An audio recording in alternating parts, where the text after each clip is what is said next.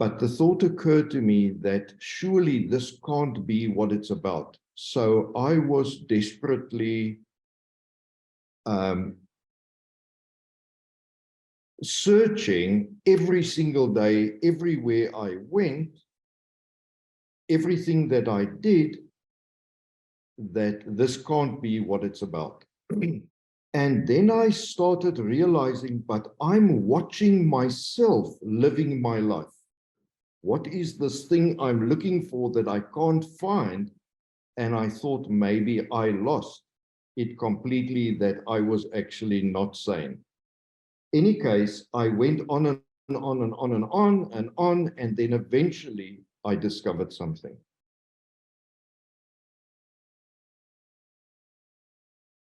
And one thing led to another, and that discovery is also the origin of why we are here today, and also at the bottom of what we are going to be sharing and how we are going to solve whatever discussion we are going to have.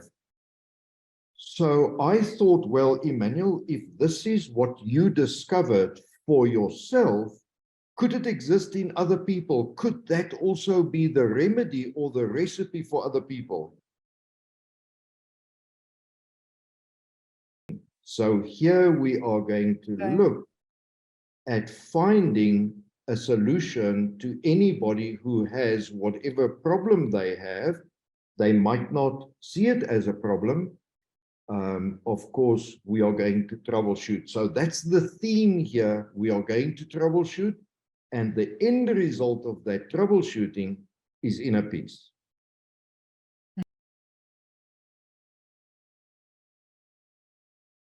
That daydreaming had something which inspired that. What I had discovered in my daydream, there was an undercurrent, and I managed to trap that undercurrent, and I would like to share it like this. The fact that we have a house, or that we have a dwelling, or that we have a car, or that we have the credit card, or we go shopping, or that we go on a date, or that we go for dinner, all of that has an undercurrent which I was fortunate enough in my life to trap it. That undercurrent that I trapped, I saw was why I was here.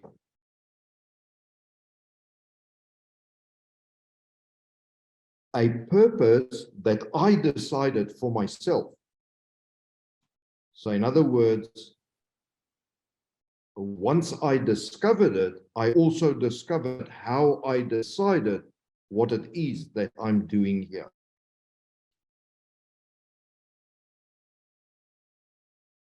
And I went into this very deep dive as if my life depended on it.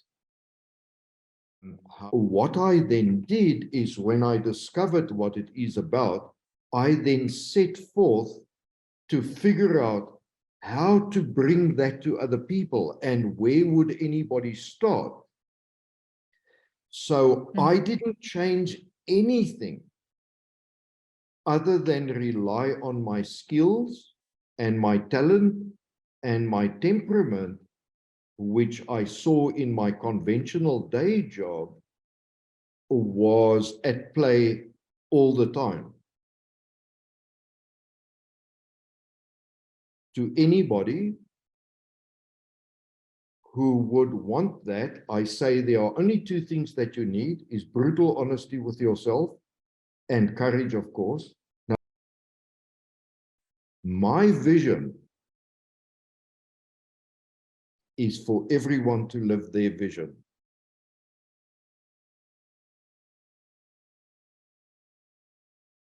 What I refer to as purpose, and what I recognized, is like an acid test.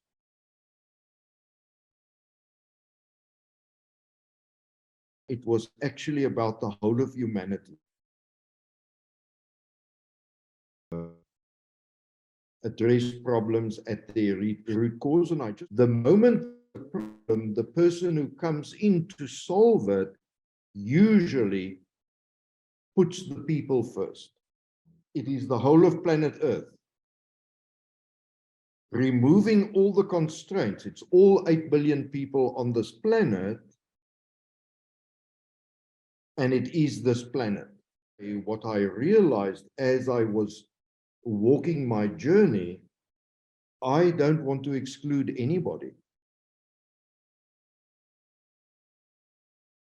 We now do things external to have security. Let's take money, for instance. If we have money, if we have a house, if we have a car, if we have this partner or that partner, if we're doing this, if we're doing that, if we have status, whatever the case might be. But where does our security really live? Inside. The security comes from here.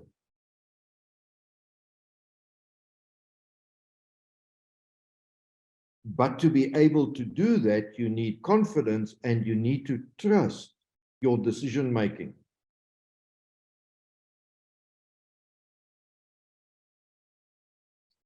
And I said, okay, now I have to work even harder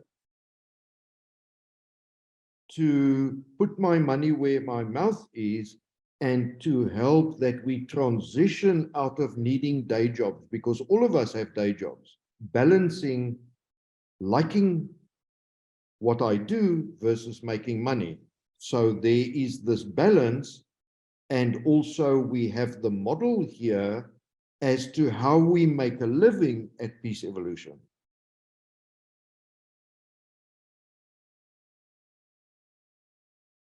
You have your current skills. You don't have to go and study new things. You don't have to go and do anything new.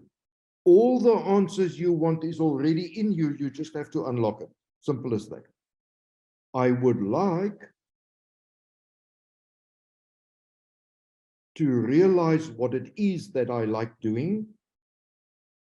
I want to make money from that, and I would like to have a life partner to share my life with. What happens if you don't have a life partner? Are you then doomed? I think not, because at the heart of recognizing your purpose is you realize that you need nothing to be yourself.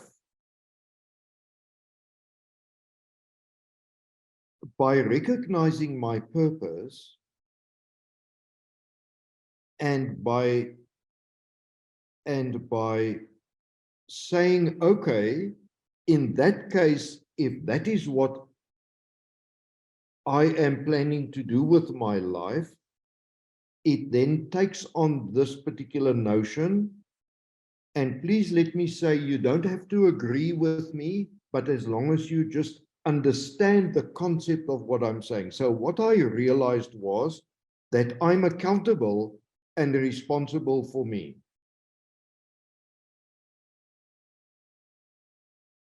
So let me look at accepting unconditionally. So I would like to take what is probably one of the most difficult things that I needed to face in the unconditionalness of an intimate relationship. In the sense of, I'm either on my own or I'm with somebody in a relationship. And when the relationship is new, it's all fun. There's all the energy flowing always. And then suddenly something happens which people talk about when the honeymoon phase is over. Suddenly, the circumstances change. The person doesn't this, or the person doesn't that, or the person wants this, or the person doesn't want that.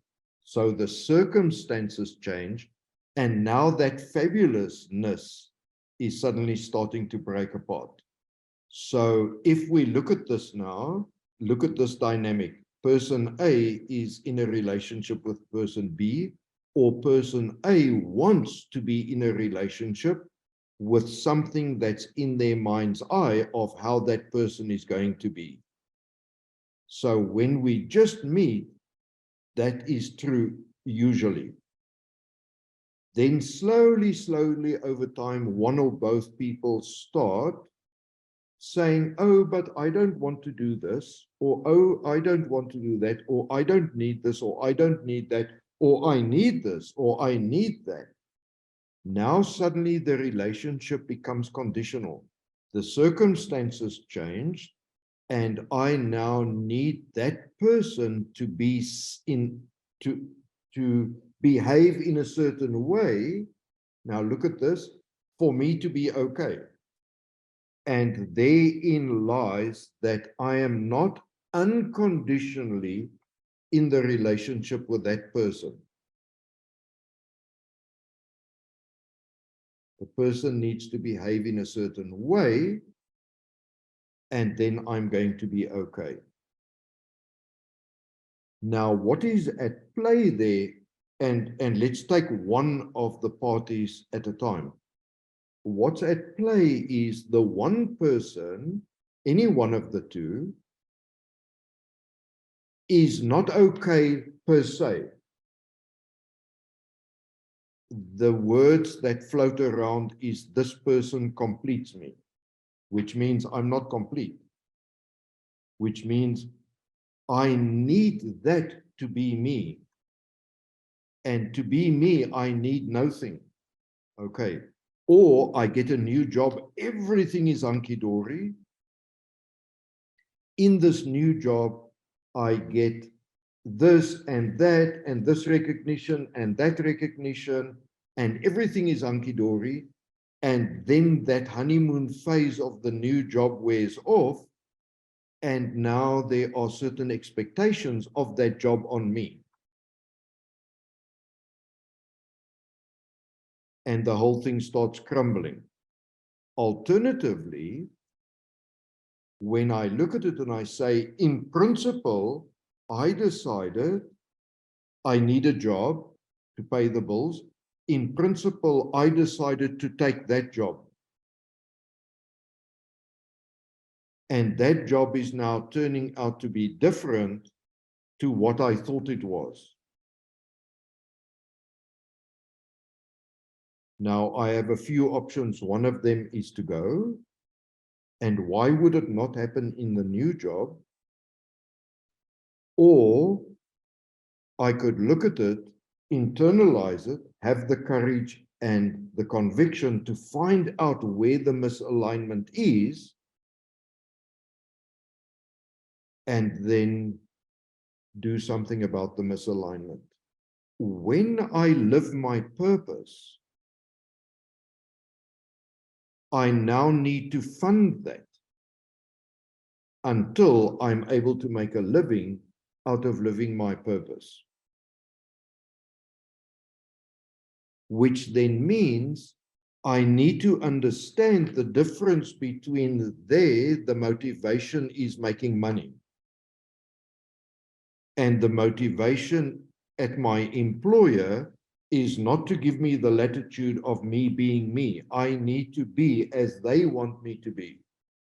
So the moment we go into that, that dynamic is already broken by me needing to take a job. I am then beholden to whoever I get the job from. And it's going to be like that with everybody where I work. So I need to understand that dynamic and understand that this might be the best of the worst. And understand it's about making a living. So I now spoke of expectations and also circumstances.